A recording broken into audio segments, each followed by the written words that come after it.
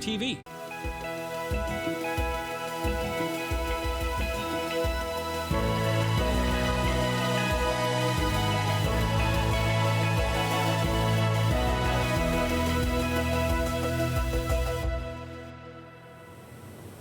I'm Sam Laprade. Thank you so much for joining us for an hour to give here on Rogers TV and Country 101.1.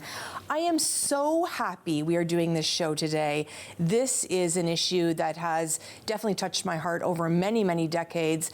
And those community partners that are making sure that people who are homeless have a place to live is our topic today. And of course, Katie Burkholder-Harris, the Executive Director of Alliance to End Homelessness, is our first guest today. Hi, Katie, how are you? Good, how are you doing? Good. I know all about the Alliance to End Homelessness, but I don't know if the average person living in this city knows exactly what this group is all about. Tell us what you do. I mean, I think we're small but mighty. That's how I often describe the Alliance. So we are a member-based organization. So we represent about 75 of the agencies in Ottawa's housing and homelessness sector. So all service providers who want to end homelessness, who work with people who are on the street every single day.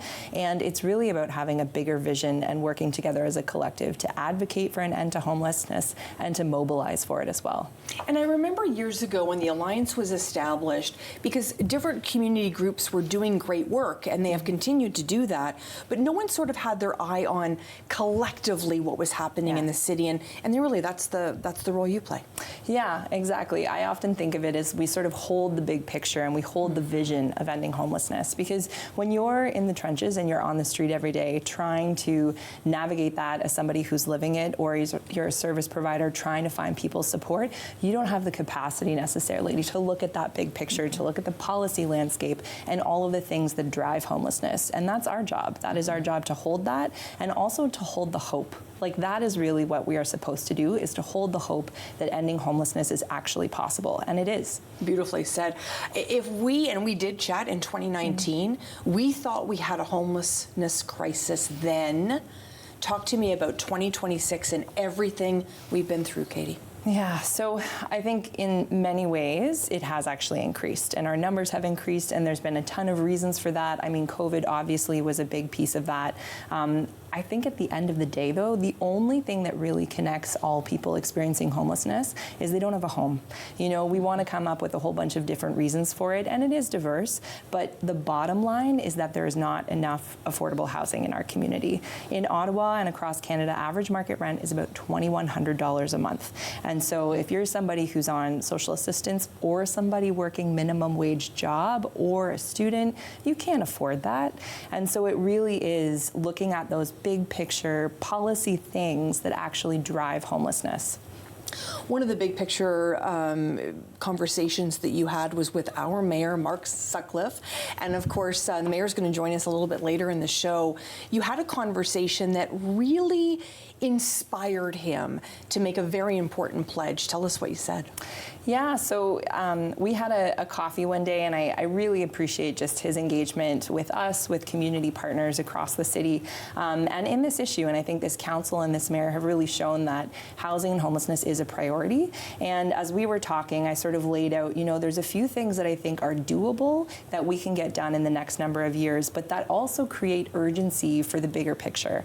And one of those was ending youth homelessness by 2030. And so kudos to our mayor. He jumped on that and said, we can do that. Let's figure this out together. And so then I had a chance to work with his office and kind of lay out what that would include in the next number of years. And we've been rolling since. It feels like the momentum is picking up, and people are really catching on to this issue and this idea. And I think it's because it is doable, but it also actually leads to long-term reducing homelessness, because when you stop a young person from getting into the homelessness system, you stop an adult from being in the homelessness system, because most people start when they are young people. And the way I understand it, it is the place to start, and certainly won't end there. Give us some numbers. What are we talking, Katie, in terms of people that are finding themselves homeless in this community? Yeah, so I think what's really hard right now is that the biggest group of people who are experiencing homelessness are actually children. And we have about 1,400 children who are in a shelter right now. And that's because family homelessness is the biggest number when you look at a family household. And just the number of kids, people don't think of that, right? They don't think when we say family, right, that equals young children. And, you know, the city has committed to making sure that nobody doesn't have a roof over their head, doesn't have to sleep in the cold, and at the same time, a shelter is no place for a kid. A shelter is no place for anybody. We need some kind of stopgap, like an emergency shelter, but the problem is people are getting stuck because there's no affordable housing option on the other end. So in Ottawa, I think we have just over 9,000 people every year experiencing homelessness. In the shelter system every month, we have about 600 to 700 families. And I think really distressing, we almost got ahead of people sleeping directly on the street, what we call unsheltered homelessness. We almost got there in 2018, and it's since skyrocketed, and we're at about 500 to 600 people every night. And I think the cold this past weekend is unbearable. And anybody who walked outside, I'm sure, in thinking, holy, like if I had to sleep on the street, how would I survive this? Mm-hmm. And I think it's a really important point to talk about the city that we do live in, the cold, the heat, to be honest. I mean, we've got both ends of it. Mm-hmm. I think that's a really important piece. Give me a sense of the community partners that are involved. You mentioned, a few, but I think it's important to sort of put a peg in it.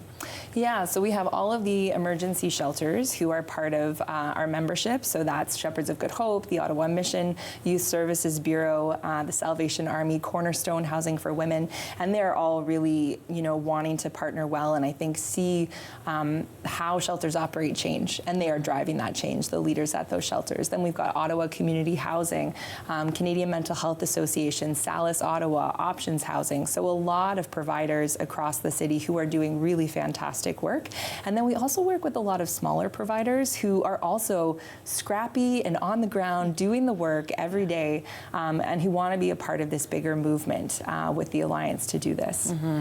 And we know, of course, the mayor made the pledge to end youth homelessness by 2030. The community really came together at the Gold Hearts Gala, the Fairmont Shuttle Laurier, the mayor's charity ball, and this year all the funds go towards those community partners through the Ottawa Community Foundation. How important was that gala to really set the tone with business leaders and community leaders? Critical. Like I think what I've really learned through this opportunity to partner with the mayor on this is it matters when leaders step up and say, we're going to solve this problem. And the way that his commitment has galvanized not just the sector and not just even the business sector and Ottawans, we've started to get calls from across the country of people being like, how are you doing this? How'd you get the mayor to say yes? And all these things. And I think, first of all, he said yes because he wanted to say yes, and he's committed to this idea, both as a dad and a leader. But I think also it inspires hope, and it's the sort of thing that people want to understand. How do you mobilize different people? Like, it's not just providers that you're mobilizing. It's actually about a broader community that are coming together for this goal. And so I think that's what's been really inspiring about all of it has been it's no longer just kind of the usual suspects. It's way more people who see the momentum behind this and the possibility and thinking about their own lives and saying, I have a kid. Would I want my kid to be on the street? Of course not. Or even if they're younger and, I could have been on the street if I'd lost a job or if I'd lost, any kind of income. So I think people resonate and understand it, and that empathy is really core to making this decision as a community that we're going to get together and end it. I'm going to ask you a question. I have no idea the answer. Has this been done before? Is this been done in other cities globally? Has it been done in Canada? Or are we going to be the first? Where do we land? So I will say Guelph Wellington is probably going to be the first. Okay. They are on track to end youth homelessness. But that being said, they're a smaller community. We're a bigger community. And I think that across, certainly globally, we've seen other communities see real reductions. The UK has some really cool stuff happening in terms of of how they are putting the onus on the system to respond to youth instead of leaving it up to a young person in crisis to just fix their housing. And that's really inspiring, and I think there's work we can draw from there. And homelessness writ large, there are success stories all across the globe. And it is hard, and the people on the ground are fighting a lot to make it happen, but it is possible. And in Canada, Medicine Hat, Alberta is kind of the leader in seeing an actual overall end to homelessness. And we also have Edmonton that's seen huge strides. Internationally, Finland has ended it, which is pretty incredible. I mean, they still have folks become homeless, but the end of homelessness looks like we're housing you faster than the number of people becoming homeless. And you're not getting stuck in this system. And I think some of the other good big city examples, Houston, Texas, which is like over 2 million people, they've seen a 60% reduction in homelessness in the last number of years. Milwaukee has similar rates. And it just, to me, shows ending homelessness starts at the community level. It isn't often actually at the big government level. And certainly with Alberta, you had a bunch of communities come together and say, we're going to get this done. And all of a sudden, other levels of government stepped in and started to get involved. But it's that local, on the ground, we can do this here. And that's what actually sparks the momentum more broadly. It really, I mean, we say the phrase a lot, but it takes a village. It really feels like this is going to take a village. Yeah, absolutely. And you know, one of the things we'll probably talk a bit about today is diversion. And one of the things I think that's interesting is experts in diversion who were going to be here, who were here this past week, they talk about families are actually the core source of housing in Canada. Most people living with a family is the way that you are housed. And a lot of what I found in talking to counselors or leaders is the idea of diversion is if you're at the door of a shelter, you can stay here if you need to, but let's explore every other safe option. And sometimes that safe option is a mom who's a friend of your, like, who is a friend of that person. And when I go into a room with a bunch of suburban moms and I'm like, who's ever had their kids' friends stay on their couch? 40% raise their hands, and they know that home wasn't safe that week or that day, or it was a fight with family or conflict. And people get that. People understand that actually that's just about caring about people that are in my orbit. And that's, I think, as much a part of this work as anything else. And people can visit the website, learn more, make a donation, all of those good things. Katie Burkholder-Harris, keep up the great work. Thanks so much. When we come back on An Hour to Give, Mayor Mark Sutcliffe will be here. He's going to talk about his pledge to end youth homelessness. Stay with us on An Hour to Give.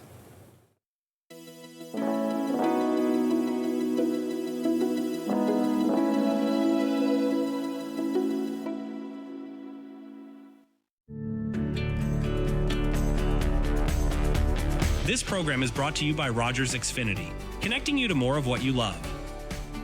Visit Rogers.com for more details.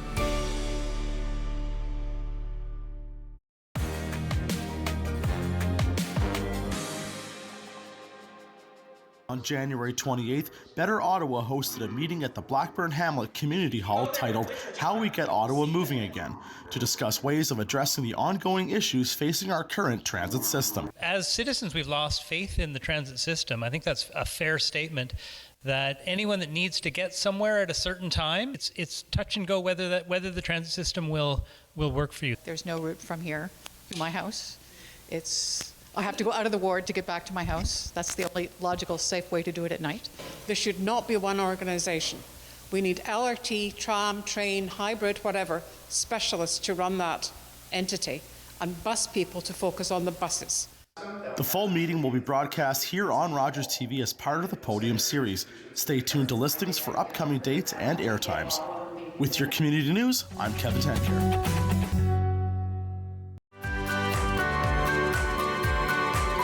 Join me, holistic chef Daniela Croco, for season 4 of Simply Cooking by Chef, right here on Rogers TV. After a night out with your friends, there's always options for getting home safely. You could call your BFF, your mom or dad, whoever you can count on for a safe ride home. You could call your favorite cab company or 1-888 taxi guy. Or you could use the Arrive Alive smartphone app to help you choose your ride. Be it a friend, transit, or taxi, getting home safely is app easy. Now available for iOS and Android devices. Visit arrivealive.org to find out more. Arrive Alive, drive sober.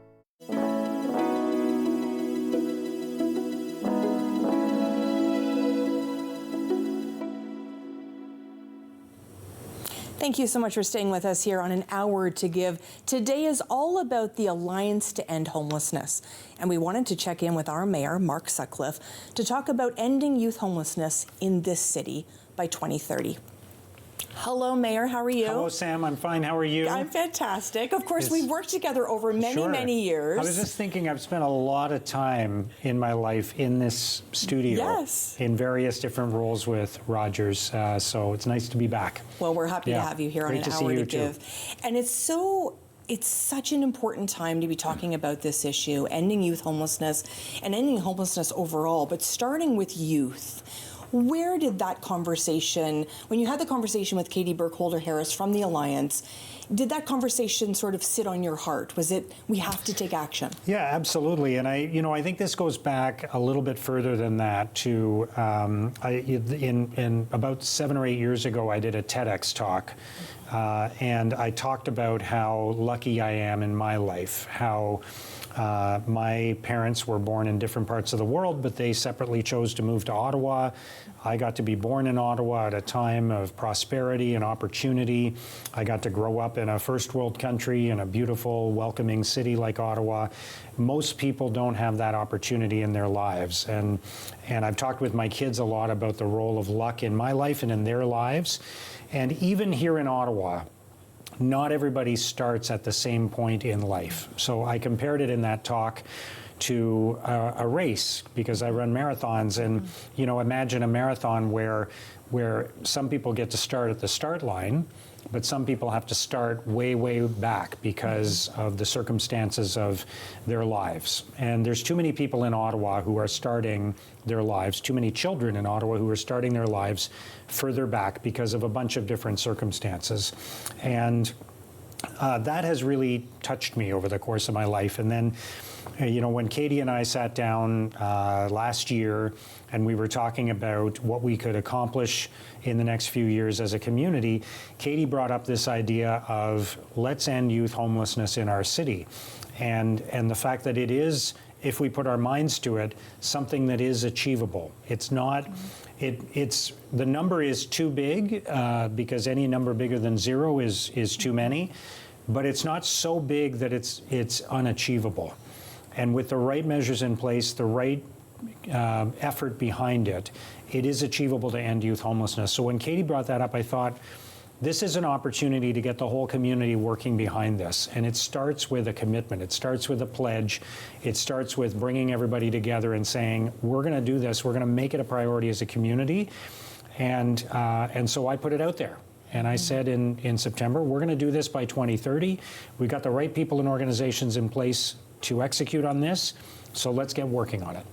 And, I have an 18-year-old at home. You've got some teenagers at home. I think seeing, especially over these cold winter days, seeing them in a safe condition, being tucked into bed at night, if you will, I think it really brings it home for me even more. As a dad, is that another reason? Do you look at your kids a little bit differently and think there's kids these ages that are actually on our streets? Absolutely. It's almost impossible to imagine. And, I have to say I've never understood why, and I'm not an expert on these things, but, you have to wonder, why is it that in a city as successful as Ottawa, in a country as prosperous as Canada, why is it that we can't find a way to have a safe place to sleep for every single person in our community every night, something that basic? Why is it so hard to achieve that? And there's, of course, many factors, and it's a very complicated issue, and it involves economic circumstances, it involves mental health, it involves, in some cases, substance use issues, it involves, family dynamics. There's many factors that lead to somebody becoming homeless. But as a minimum, you would think in a city like Ottawa, in a country like Canada, we'd have a safe place for everybody to go at night. And so when I look at my kids and think about how lucky they are and how safe and comfortable they are on any given night, especially a cold night like we've had the last few days, that's all we want as a starting point for every other young person in our community. And doing that will lead to many different positive outcomes, but the two big ones will be those individuals will stop having to worry about where they're going to sleep at night, where they're going to get their next meal, and can start thinking about what kinds of opportunities they want to take on in life, what kind of education they want, what kind of job they want, how they can contribute to the community. Because right now they're spending too much of their time worrying about where they're going to sleep and when they're going to get their next meal. And the other benefit will be that it will be a giant step towards ending homelessness, period. The data shows that almost half of people who experience homelessness in their lives first experienced homelessness before they were 16 years old. So if we can end youth homelessness, we've made extraordinary progress to ending homelessness, period. Beautifully said. We know that over 400 people gathered at the Fairmont Chateau Laurier this past week for the Mayor's Charity Ball. And the fact that youth homelessness and ending youth homelessness in terms of funneling some money through the Ottawa Community Foundation to help all these community partners, I just sensed, because I was in the room, that the city was almost ignited to also be behind you, and businesses and individuals were like, I'll donate this much, I'll donate $5,000, I'll donate $100,000. People in the room they want to see it ended too. Did that inspire? Did you leave inspired? Yeah, I was very excited to see that happen, and it is very inspiring. And look, it takes the entire community to tackle a difficult problem. You've got to get buy-in from everyone. You've got to mobilize people. You have to raise those funds, but also you have to raise support for the cause and make sure that this is a community priority. And if we can get hundreds, even thousands of people behind this objective, behind this target of 2030, think about how much we can accomplish as a community towards that goal. Of course, we're going to be drawing on the amazing people like Katie and her team at the Alliance, and the folks at the Youth Services Bureau, and Operation Come Home, and the John Howard Society, the Ottawa Aboriginal Coalition, the great people at United Way, and the Ottawa Community Foundation who are supporting this.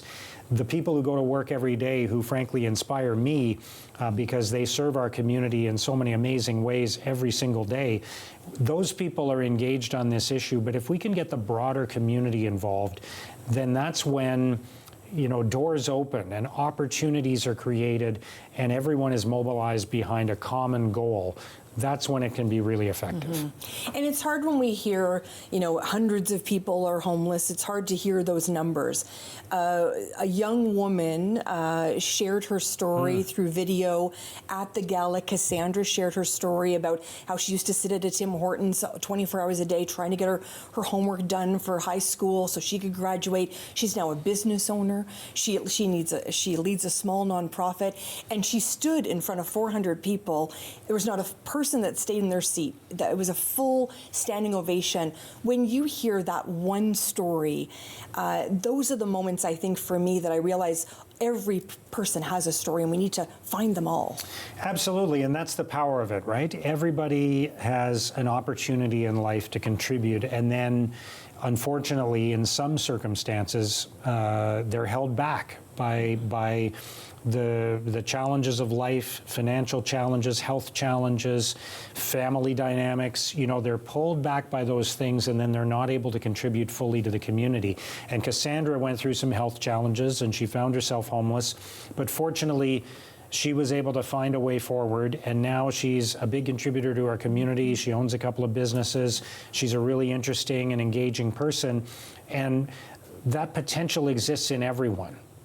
And so every time we see someone who is experiencing homelessness, we're missing out on the potential of what they could contribute to our community and to our country. So that's why we need to do this. We can't continue to allow, particularly children, to be held back from the opportunity to contribute to our city and reach their full potential. And what would you want people listening and watching us right now, because this is a village coming together, to a city coming together to make sure that we solve this issue. What do you want people listening to do right now that could also help move us forward? Number one, I want you to think about what's happening in our community and the fact that despite our success and prosperity, there still are people who are living outside or are homeless. They're couch surfing. They're moving from one shelter to another, and acknowledge that we cannot consider ourselves successful as a community until that's dealt with, until everyone has a safe place to sleep every night and everyone has the food they need.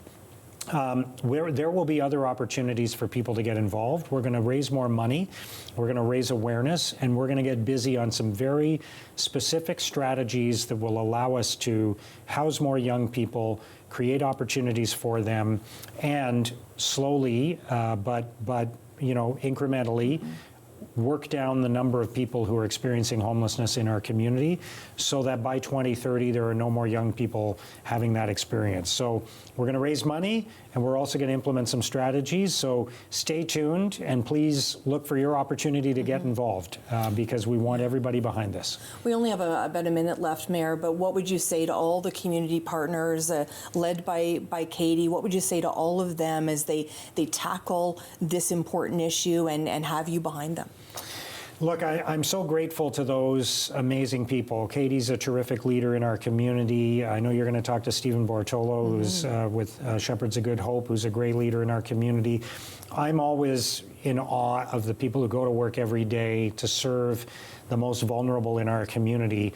As I've said before, I've sat on many boards, United Way and other organizations, and, being a volunteer and serving on the board, you're making a contribution, but then you go to your full-time job and you leave it to the teams at these organizations to do the really, really challenging work day in and day out of supporting the most vulnerable in our community. So I'm grateful, from the bottom of my heart, I'm grateful to these individuals and organizations for the work they do in our community. And I'm proud to be able to support them, to galvanize the community around this mission, to support their great work, to help wherever I can, and to bring this across the finish line. And as I said on Friday night, imagine a moment in the future, whether it's 2030 or a little bit before or a little bit after, imagine a moment in the future in our community where we can say, we got together in 2025 and 2026 and we decided this was a priority, that we didn't want any young people to be homeless in our city, and we accomplished that goal. And now we live in a city where there are no homeless youth at all. Imagine how proud we will be if we can achieve that goal. I know the day's coming. Thank you so much, Mayor. I appreciate your time. Thank you, Sam. Mayor Mark Sutcliffe joining us today to talk about the Alliance to End Homelessness and an important pledge regarding ending youth homelessness in our city. When we come back, Steve Bartolo is going to be here from the Shepherds of Good Hope. Stay with us.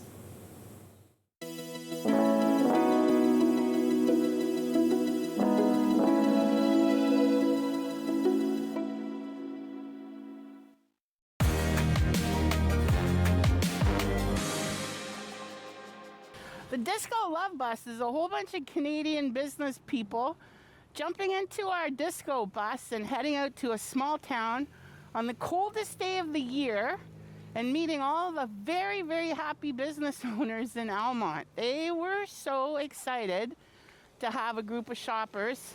It is so much fun. I love shopping and I love the idea of supporting local businesses in small towns. This is either trip number 6 or number 7 to me. And I since have gone back to the towns because I've discovered how cute they are, how close they are, and what nice people and nice stuff. And of course today I've got some sweaters and I bought 2 pairs of shoes because the New Year sale is on. So I got hats, shoes, sweaters, another new purse. It's great. If we don't support local, we're not going to be able to have outings like this, and we're going to be stuck with the chains, which are fine. But we've enjoyed getting to know the shopkeepers and the waitresses here. It's making our outing even more special. Local is the heart of the community, and you're never going to get somebody from a big box store sponsor a Little League team or sell chocolate bars to support a school band, but odds are one of the local businesses will. She shops local!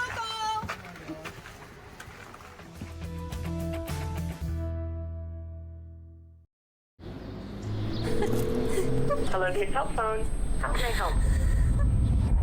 Adults I need somebody, not just anybody.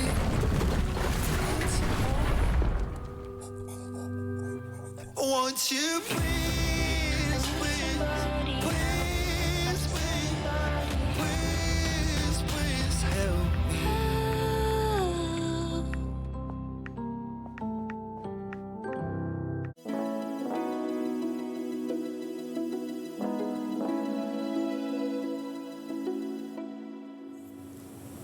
Thank you so much for joining us for an hour to give. I'm Sam Laprade. Today we're talking about the Alliance to End Homelessness. And we know, as we heard from Katie Burkholder-Harris, the Executive Director of the Alliance, there are many community partners that work with the Alliance to talk about homelessness issues. I believe she said over 75. We're going to be talking with Steve Bartolo. He is the CEO, President and CEO of the Shepherds of Good Hope, and he is joining me today. Hi, Steve. How are you? I'm great. Thanks for having me on, Sam. Good to have you here.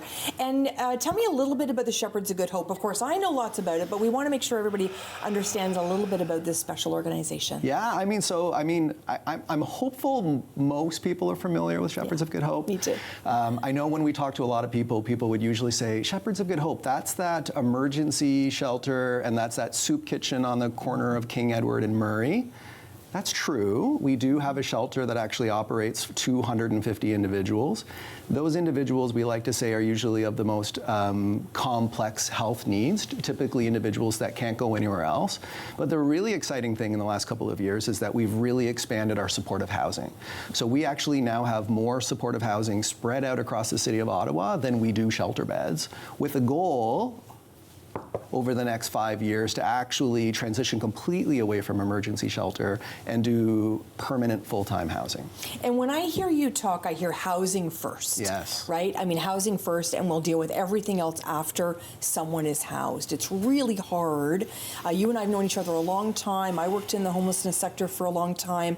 It's really hard to ask someone to find employment, get healthy, get mental health supports, if they don't have that safe place, a door to shut behind them, and feel like they're safe and secure.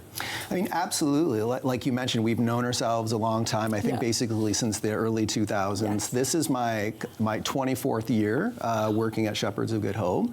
And like my vision is that we don't have emergency shelters. And, you know, as Katie mentioned, I think we're always going to need a certain level of shelters. People might be down on their luck and they might have to go into a shelter, but we want to create a future where that shelter stay is brief and non-reoccurring, and then we get them into housing as fast as possible. Because I remember even back in my days, Steve, I remember seeing young people, and I remember thinking, just don't enter the system. Is there someone's couch you can sleep on? Is there somebody that you can connect with so you don't enter the system? Because the system can be hard to get out of. Yes. You have done a wonderful job of transitional housing and supportive housing to ensure that that need is met. How important is it for you to have those safe places we talked about, and you just see the change in people. I've had them here on the show. They're just different people now. Yeah, and so another really important piece. So we have the supportive housing, but another really exciting thing that we've been working on over the last year is a diversion pilot. That was actually led through the Alliance to End Homelessness, and you know, Katie basically sat down with us, and where the Alliance really steps up is their system coordination and their system navigation, and then taking all of those agencies, those 75 agencies that Katie talked about, and having us work together. So on this diversion pilot, we essentially trained our case managers and trained our staff to basically almost just look at things differently, to say, how do we keep people from coming into the shelter system? Not that we don't want to work with them, but that we actually want them to prevent them from experiencing homelessness. So we've been working on that pilot, and even though Shepherds of Good Hope works with the most high acuity complex individuals, our numbers were amazing. So almost 1 in 4 people that were coming to our doors, we actually successfully diverted them from coming into the shelter. So I mean, what does that mean? So what that means in the future is that ending homelessness is possible. We can see that. Like, the diversion numbers were so powerful. And what gets me really excited through the coordination of the Alliance with this pilot is that if we can do that with the highest complexity people, think of what we can do with the rest of the sector, with the rest of the adult sector. And we know with that diversion pilot, the numbers were even more powerful with youth, but incredibly powerful with people that have never experienced homelessness before. So it was a really exciting initiative, and it shows that diversion works. I mean, the Alliance and Katie, she's described it very much as having the big picture. Yeah. You're doing your day-to-day work. It's hard for you to see the big picture. Yes. What's happening at Cornerstone, what's happening at YSB, all of these wonderful organizations. What would we do without the Alliance to End Homelessness, honestly, in this city? Because there are so many community partners. It's kind of like trying to herd cats in many ways, right? You know what? It really is. Yeah. You know, and like when we look at it, though, homelessness is very challenging right now. You know, with a toxic drug crisis, Katie's leadership is phenomenal. So like the herding cats analogy, sometimes the analogy I like to use is almost like the laser point with cats, right? Where everyone's kind of looking at it and chasing it. And it's the reality is that there is a lot of crisis that happens. And we obviously have to respond to that crisis, and we need to meet people where they are. And where the Alliance really shows up is that system coordination and that system navigation, working together, advocating on our behalf municipally, provincially, and federally, and really organizing our long-term strategy to end homelessness in this city. It really is exciting. And we think about, there was an event in the fall, and you know, everybody was running. The Alliance to End Homelessness had this great race, and of course all the community partners came together for the gala. Yes. We see the community literally rallying behind this cause. Does it inspire you, Steve? Oh my goodness, the level of collaboration, again, this is my 24th year, I've never seen it this strong. So all of the large and small organizations working together, and what I think we realize is that for the longest time we've been maintaining homelessness. And what I mean by that is we've really got to look into the future and say, what does it look like if we really throw everything at prevention and permanent solutions, and how do we get there? And then with the Alliance helping to coordinate us, we sit down and we say, okay, what are the next steps? How do we get to that point? Because at first it can seem really overwhelming when you're right in the mud and you're doing it.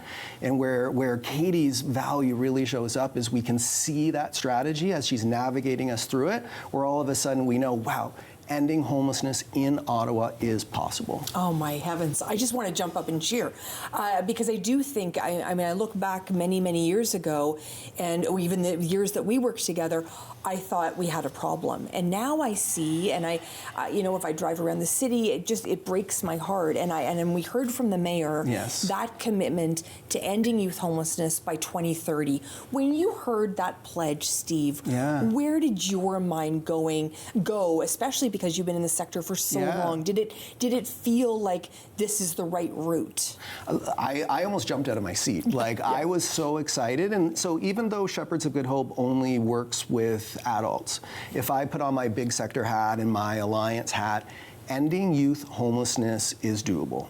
And if we can prioritize that and we get to that finish line before 2029, 2030, what does that mean? That means going forward that there's so many people that will not be entering into homelessness as adults because we've experienced it. So starting there makes absolute sense. I was so excited, but it is actually doable. So it's not a cliche. It's not a tagline. Working together strategically with system coordination and system navigation, we can get this done.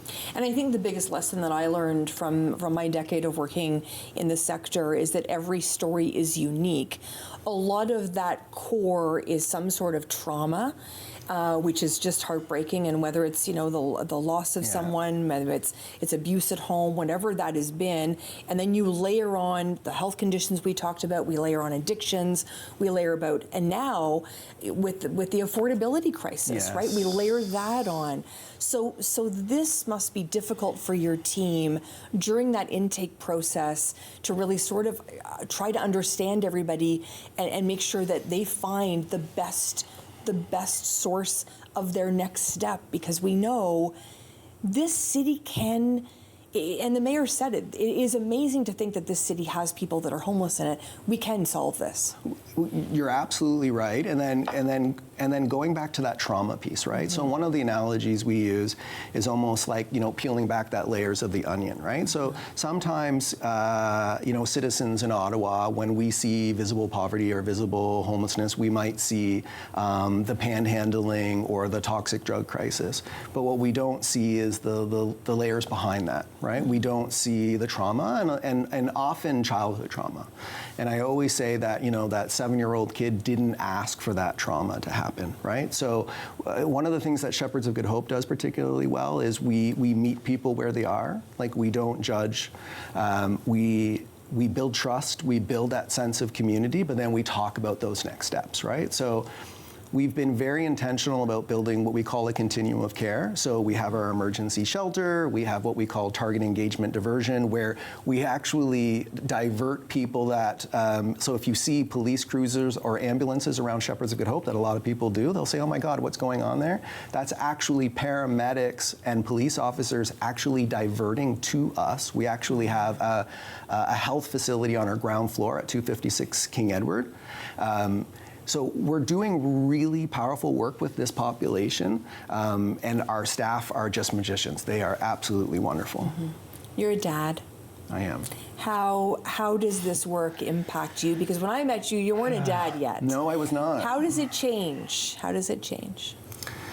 Well, the mayor said it well too, right? My girls are 11 and soon to be 9. So shout out to Clara, because she said if I don't mention her name, I'll get in a lot of trouble. So Clara, I did it. Yeah. It does change, right? Because you just understand, especially living in Ottawa, which is, in my opinion, the best city in the best country in the world, where we have all of these resources. No one should be experiencing homelessness. And in particular, no youth should be experiencing homelessness. And we have the money, and we have the talent, and we have the resources. And now, working with the Alliance to End Homelessness, where we have the system coordination and the system navigation, where we can pull everything together, this is doable. We're going to end homelessness in Ottawa. You heard it here. Thank you so much, Steve. I appreciate your leadership at the Shepherds of Good Hope as well. Thanks for having me on. It's wonderful. Steve Bartolo, proud dad and also president and CEO of the Shepherds of Good Hope. We appreciate his time today. We're going to visit again with some of our wonderful colleagues and friends of the Alliance to End Homelessness. Stay with us on An Hour to Give.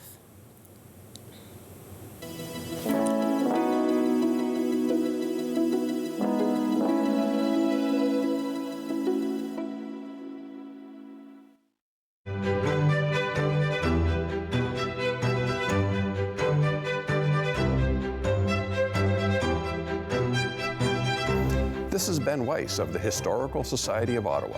Join us for a new series here on Rogers TV, where we explore Ottawa's fascinating history, the people, places, and events that shape the city we live in today. Join us as we go time traveling exclusively on Rogers TV. October 5th, 2014, my daughter was hit by a train. She was walking along the sides of the tracks, and it shattered her world.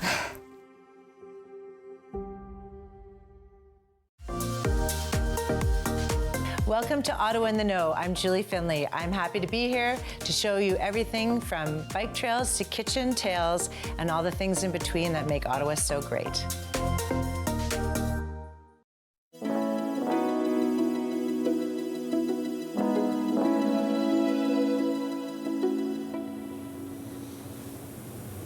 Well, I'm certainly inspired already that we're going to end youth homelessness by 2030, and that is just the start. And of course, this all is started with a commitment from the Alliance to End Homelessness.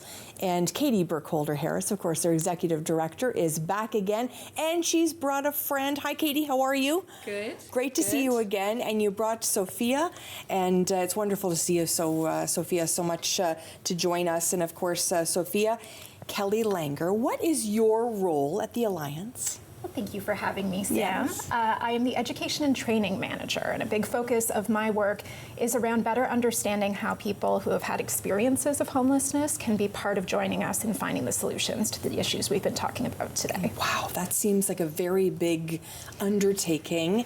Does it take a lot of hard work? Oh, yeah, certainly. I think there's a very delicate line to walk where folks have been put in a position of perhaps feeling pressured to share that trauma that Stephen touched on earlier, or perhaps put in a position to justify their expertise. So much of what this is navigating that fine line of giving a space where folks feel safe to engage without contributing to those pressures. And is there a special project that you're working on? How do you sort of do that work? Yeah, no, absolutely. So we've got a couple of key fixtures. So about 5 years ago, the Alliance took the step of creating a dedicated lived experience team. We staff 8 people who have personal experiences of homelessness in a dedicated team we call the Expert Steering Team. From that base, our staff are able to work with the City of Ottawa, join committees, and facilitate events. So the bread and butter, as I like to call it, is the Empathy Project, where in partnership with the Expert Steering Team, I was able to map out case studies. So these are fictional but realistic composites of experiences of homelessness. So for instance, we have Carrie, who is a 28-year-old single mother who after a separation is unsure if she can pay her bills. Or we have Abike, who's a newcomer experience, where she's maybe not eligible for some of the same supports that folks with citizenship might be able to expect. And participants are walked through a journey of system navigation using these case studies. Mm-hmm. And, I can't help but put my mom hat on. Do you put your mom hat on, Katie, when I think about this empathy project and the work you do on a daily basis? Is that squared in thinking about what other moms go through? Yeah, I think one of the things Sophia just mentioned, the Abike profile in particular, basically it's a journey of she loses her kids because she's staying in a shelter, not because, she's struggling to mother necessarily, but really because she's poor and she doesn't have a roof over her head. And every time that scenario comes up, my heart just breaks open, as I'm sure it does for you as well. And I think that that's the reality when you really get down to it. And this is why it's so important to have people with lived experience designing a better system. Because when you really get down to it, it's people. It's people going through probably some of the worst thing that they're ever going to go through in their lives. And if we're not actually meeting them where they're at, but also having them be the voices to design solutions, we're not going to succeed. Mm-hmm. See, that I couldn't do that work. So God bless you for doing it. What's the learning you have after a long day when you go home? What's on your heart? Oh, goodness. I think I am so continuously impressed by the resilience that I see. I know today we've rightfully been talking a lot about marginalization, right? We do see these marginalizations. We see trauma. We see re-traumatization. But I see a lot of agency. I see a lot of power. People at our core, we're people. We want to work together. We want to develop solutions together. And I, have the privilege of working with people who have experienced these complex marginalizations in virtually every form you could imagine that are still showing up, putting in the work, shaking the hands and attending the meetings, and are really this driving force behind the kind of solutions that we're talking about here. And people with lived experience just have to be at the table. For so long, I think people thought that these decisions, and in many cases, these decisions were happening on boardroom tables without any input from people that have literally walked that walk, and now they want to prevent someone else from going through that. It's such a brave move. Well, and I think that's it. It's not just being at the table, it's leading the table. And I think that we realized pretty early on, if we're talking about system design or system change, I continually go back to having to navigate that system. And so often what we hear is, I learned the most from my peers. I got the best support from my peers, not from that system. Despite many, many people wanting to do a good thing and working in the system, at the end of the day, I think people talking to their own peers is where they get support and help. And so why are we not asking those same folks for how to do this better? Yeah, no, beautifully said. And we often ask people to tell their stories, but the story sort of stops, from a fundraising perspective. And I think you've just done a really good job of ensuring that story actually changes policy, right? When you spoke about, a young woman having her children taken away from her, that policy change is key if anything's going to get done. Would you agree, Sophia? Oh, absolutely. I think a lot of what we're talking about when we talk about community engagement, lived experience work, we're talking about redefining expertise, right? So often we do invite folks in for that initial story sharing, but the steps afterwards have levels of red tape around them, right? You need the appropriate credentials for the appropriate boardrooms. But if we are able to reassess, well, that woman's experience throughout losing her children, what did she learn about the experience of navigating child welfare systems that could be applied towards solution building? There's an analogy I often use where, I've never driven a truck, for instance, but I could become a mechanic. I could learn to repair a truck. I could do it through rote memorization, but I will never design a truck the way someone who is a lifelong truck driver could do, right? So really carrying it forward into action is the goal. And Katie, who is left to be at that table? Is there someone we're missing at that table? Because we know Mayor Mark Sutcliffe has made this pledge to end youth homelessness by 2030, so we know we've got municipal support. We've got all sorts of levels of government that you would be working with. Obviously, you've got community partners. Is it a matter of we're all at the table and now the job needs to get done? Is there someone missing?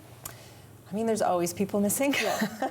I think one of the biggest things that we, are getting better at, but certainly urban Indigenous leaders in particular. And we know that rates of homelessness are much higher for people disproportionately who are First Nations, Inuit, and Métis. They need to be leading the table. And frankly, there are many spaces where they are, but more and more we need to make sure that that's connected and integrated. And the other thing is Black and racialized populations. They're way overrepresented in homelessness, and yet when you look around the table, that's not usually who's sitting there, and the needs are different and the stories are different, and if those folks are not leading the way as well, we're not going to design solutions that are appropriate or going to work for people. Brilliant. And maybe we inspired someone today. Sophia, let me ask you, if someone's watching or listening to us right now, they're in Stittsville, they're in Orleans, they're in Barrhaven, they're downtown Ottawa, wherever they're living, and a lot of what we're saying today is a surprise to them, what would you want them to do to sort of find out more about this issue so they could play a vital role? Oh, that's an excellent question. Well, for starters, by following us. Yes. By checking out our website and learning about the work that is ongoing. The Alliance has been a fixture since the 1980s. I mean, we are here, we've put these roots down.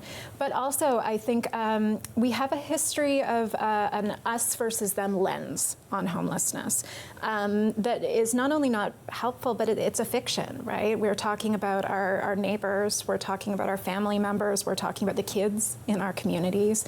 And I think prioritizing that heart connection to the subject matter. Homelessness sometimes hurts to think about. And I think that if you're doing it right, it maybe will hurt a little. That's empathy, right? Leaning into that heart connection. That's what I hope people get. And I think, too, I worked at the Ottawa Mission when my daughter was quite young. I actually was pregnant working, at the Ottawa Mission. And, so she's grown up hearing about this work. But I think it's important that we have those age-appropriate conversations as well with children, so we don't have another generation of people that think, oh, it's someone else's problem. Yeah, I think what's interesting too is that it's a lot closer than people want to think or admit, and increasingly so because of the cost of living, because of the cost of housing. And I think it's something like 1 in 3 in Canada actually know somebody who's been homeless or been homeless themselves, and that is a lot closer than most people think. And when you start to think about it, you're like, oh yeah, the senior on a fixed income who actually has a water something break at their home and can't actually afford that, or they're paying rent and it's exorbitant. There are so many things where a lot of us are closer to the edge than we like to think. And if it were not for family connections and friends, if it were not for those things, we very well might be on the street. And so it is, to Sophia's point, it's us and us. And that really is how we need to think of it. And that's how it's not just about the funding and the policies and all those pieces. It's about neighbors coming together with neighbors and watching out for the senior who's 2 doors over, who actually might be choosing between food and rent right now. It's about seeing that family who's right on the cusp, and they also are struggling to get the right things for their kids, pay for food, and also afford their housing. 40% of Canadians can only afford $1,700 a month for their housing costs. that is not the price of rent. That is not the price of a mortgage for some people. And I think that we really need to be clear-eyed about what that core challenge is and think about it as these are our neighbors. Recently, about probably 2 or 3 months before Christmas, I belong to a lot of the moms groups because I love what's happening in the moms groups. There's a lot happening in there, and a woman posted anonymously, we have a $750 hydro bill. We are about to lose our home. We cannot make ends meet. And a wonderful woman by the name of Taylor rallied everybody together. I sent $100. She had a number of other people sort of send $100. We sent, I think, $1,000 to the family, get a few groceries, pay this hydro bill. So we see the community stepping in, but those are the ones that aren't even hitting what the work you're doing. So I think everyone does have a place to help solve this issue. When you hear stories like that and stories that haven't even made it to you, does it make you feel a bit nervous about what if community wasn't community? Oh, no, certainly. There's a quote that a colleague, and I wish I could remember exactly where this came from to credit it, but this idea of, we say that the average Canadian is 2-3 paychecks away from homelessness, but in reality, if I lost my job tomorrow, my family is there, my community is there. What I worry about are the folks that are cut off from community. So seniors is a wonderful example. Newcomers, folks that might not have those existing community relationships are a huge point where an area of focus that I think we need to collectively take that onto. But it's really, the old saying goes, you think global, act local. Bring that even to a tighter scale on this, right? So we are thinking at this municipal level. Mayor Sutcliffe has made his commitment to end youth homelessness, and we're driving that force, and we absolutely would love the support to back the Alliance in doing that work. And we so encourage everyone to take that micro approach in their own communities. And can I just add to that? When I think about ending homelessness in our city, it's the housing spectrum. Over here you have homelessness. Over here you have somebody who's on the cusp who's got that hydro bill and just not able to afford things. And what we really need is housing. And I think especially when we talk about non-market housing, housing is a human right. You cannot leave human rights only to the private sector. And that's the way it works, and that's fine. However, when we look at investing in non-market or social housing, as people like to call it, we see a lot of neighborhood resistance. And I think those neighbors, there's only a couple. They're usually quite vocal, but we really need people to come and say, I actually really want other folks in my neighborhood. I want new neighbors. I want these people to stay here. And that is just as critical as all of these other pieces. And so in terms of people wanting to get involved and support this work, it's the Taylors of the community that need to be involved, and we need to rally more of those folks to be able to show up at community meetings and say, we're a welcoming neighborhood. I want to be a part of that welcoming neighborhood. Beautifully said. I'm so glad you mentioned that. We could talk for another hour because I know it's an hour to give, but we could do 2 hours to give for you for sure.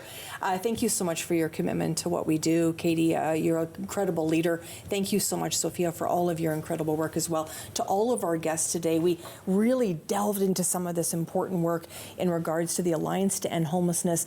Honestly, if you want to help, you can head to their website and make a donation. Lots of ways you can get involved. We gave you some of them today. Thank you to Mayor Mark Sutcliffe. Thanks to Steve Bartolo. And of course, our friends from the Alliance to End Homelessness. I'm Sam Laprade. This has been An Hour to Give.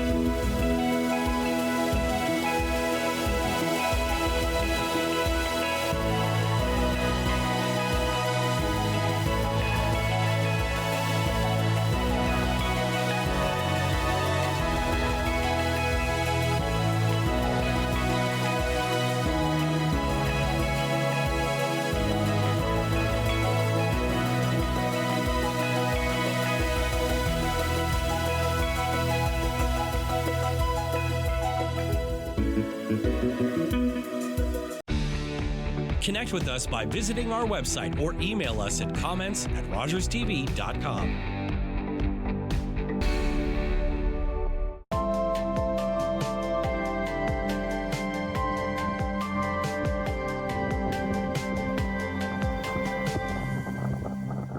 This year's edition of Winterlude is unfolding under frigid conditions, with the cold temperatures setting the scene across the national capital region. We were invited on a special media tour to preview what the festival has to offer. After a warm bus ride on a freezing morning, we explored several festival sites, including a ride on the Ferris wheel, offering a winter view of Jacques Cartier Park and the Ottawa River skyline. We asked Mélanie Brault, Director of Capital Celebrations, to walk us through this year's lineup. So here we are kickstarting the 48th edition of Winterlude. It's going to be running from today, which is the 30th of January, right through until February 16th. 3 full weekends, which includes the Ontario Family Day weekend. There's so much to see and do. Here we are at Confederation Park, which is our Crystal Gardens. And starting today at 10 a.m., we have 12 duos of ice carvers that are getting started on building their masterpieces. And the theme this year is celebrating our Canadian Northern identity. Also, we have Snowflake Kingdom over at Jacques Cartier Park, and that's the iconic location to really do our tube sliding. It's for the young, but also for the young at heart. And new this year, we have a giant Ferris wheel. So that's another free activity for families to come and participate. And really great news, we have a snow bus that offers transportation for families anywhere from the Confederation Park over to Gatineau Park and back and forth, vice versa.